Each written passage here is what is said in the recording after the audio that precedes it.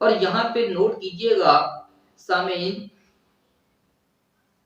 یہ وہ لمحہ ہے، یہ وہ لمحات ہوتے ہیں، یہ وہ رات ہے کہ جس کے دوران اللہ رب العزت جو ہے، اللہ رب العالمین اپنے بندوں کے لیے آسمان دنیا پہ آتے ہیں اور منادی کرتے ہیں، اس چیز کی اعلان کرتے ہیں، بارہا کہتے ہیں کہ آج مانگے جس نے مجھ سے دولت مانگنی ہے، رزق مانگنا ہے، جس نے مجھ سے صحت مانگنی ہے، جس نے مجھ سے شفاعت مانگنی ہے، بخشش مانگنی ہے، جنت مانگنی ہے، مین آسمان دنیا پہ آ کے پکارا جاتا ہے اور اللہ فرماتے ہیں کہ میں میرے بندو آسمان دنیا پہ آ چکا ہوں، جو آپ مانگو گے وہ آپ کو ملے گا۔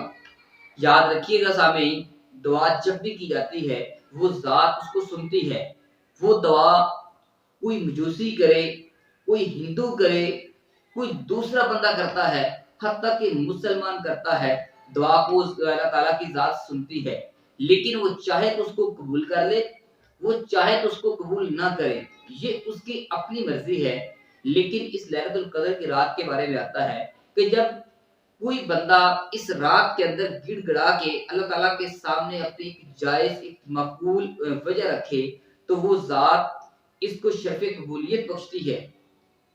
اور دوسری بات، آپ صلی اللہ علیہ وسلم نے ارشاد فرمایا ہے کہ اللہ تعالیٰ جو ہیں وہ اس بات کو پسند کرتے ہیں کہ جب ایک بندہ اپنا ہر معاملہ اس کے سامنے رکھے، مین اپنے ہر مسئلہ جو ہے وہ اس کے سامنے ڈسکس کرے، اس کو کوئی چیز چاہیے وہ ذات سے مانگے۔ حتیٰ کہ آپ صلی اللہ علیہ وسلم نے ارشاد فرمایا اگر جوتی کا تسمہ بھی ٹوٹ جاتا ہے تو وہ اللہ تعالیٰ سے آپ مانگے، اللہ کو یہ بات بہت پسند ہے۔ اللہ تعالیٰ اپنے ملائکہ کی ایک بڑے گروہ کے اندر یہ بات کا ارشاد فرماتے ہیں، یہ دیکھیں میرا یہ بندہ جس کو آپ کہتے تھے کہ وہ فساد کرے گا زمین کے اندر، وہ تو مجھ سے مانگ رہا ہے، وہ تو آج توبہ کر رہا ہے۔ تو یہ اللہ تعالیٰ کو یہ بات بہت پسند ہے۔ دوسری طرف ہمیں اس کے حوالے سے مکمل اہتمام کرنا چاہیے، ایک 5 راتوں کے اندر جاگنا چاہیے۔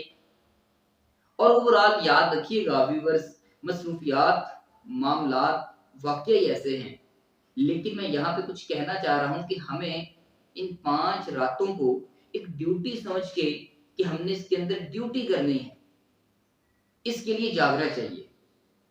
اور اس کے لیے ضروری یہ ہے کہ اپنے گھروں کے اندر اہتمام کیا جائے، خواتین کو اس معاملے کے اندر باقاعدہ جو ہے نا وہ تھوڑا سا موٹیویٹ کیے جائے، متحرک کیا جائے کہ وہ گھروں کے اندر اپنا بیٹھیں، اللہ تعالیٰ سے گڑ گڑا کے دعا کریں۔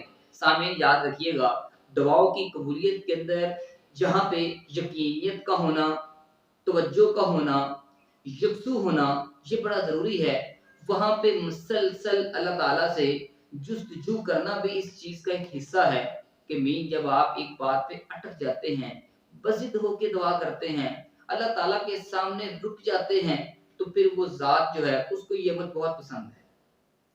اور وہ بندہ جو اللہ تعالیٰ کے سامنے کوئی جائز حاجت لے کے اس رات کے اندر آ جاتا ہے تو وہ ذات اس بندے کو خالی نہیں موڑتی۔ حتیٰ کہ خواتین کے بارے میں آپ نے ارشاد فرمایا کہ اگر گھر کے اندر ہنڈیا میں ڈالنے کے لیے نمک میسر نہ ہو تو بھی اللہ تعالیٰ سے مانگے۔ کہ آج کے ہمارے دور کے اندر ایسے ممکن ہے؟ ہم پورا سال اس بات پہ جھگڑتے ہیں کہ ہمارے گھر میں فلاں چیز نہیں ہے، ہمارے گھر میں روپے پیسہ نہیں ہے، یہاں پہ تو رزق کا ہمیشہ معاملہ یوں رہتا ہے۔ تو عزیز سامعین، آج یہ جو 5 ایام آن ورڈ گزر رہے ہیں، اس کے حوالے سے یہ یاد رکھیے گا یہ بڑا ضروری عمل ہے، جس میں سے 21ویں رات گزر چکی ہے اور بقیہ ابھی تک 4 راتیں ہمارے پاس ہیں۔ عزیز سامعین، ہمیں ان راتوں کے اندر اللہ تعالیٰ کے سامنے پیش ہونا چاہیے، اس ذات کے سامنے گڑ گڑا کے دعا کرنی چاہیے۔ اور عزیز سامعین، اگر ان راتوں کے اندر بھی ہم سوئے رہے، ہم اپنے روٹین کے معاملات کو ویسے جاری رکھتے ہیں، تو اس کا مطلب یہ ہے کہ ہمارا جو ایمان ہے اس کے اندر کچھ گڑبڑ ہے، مین ہم راستی مسلمان ہیں۔ اور یاد رکھیے گا جو بندہ اس بات کے اندر اپنی مایوسی سمجھتا ہے کہ میں ایک چھوٹا چھوٹا مسئلہ بھی اس اللہ کے سامنے رکھوں، تو یہ غرور کے اندر آتا ہے اور یہ اللہ کو پسند نہیں ہے۔ اللہ تو پسند کرتے ہیں اس بات کو جب ایک بندہ ہمہ گوش ہو کے اس ذات کے سامنے مانگتا ہے۔ تو عزیز سامعین، یہ وہ ٹائم ہے جس کے اندر آپ جو بھی آپ کا معاملہ ہے، جو اٹکا ہوا معاملہ ہے، وہ لے کے اس ذات کے سامنے حاضر ہو جائیں۔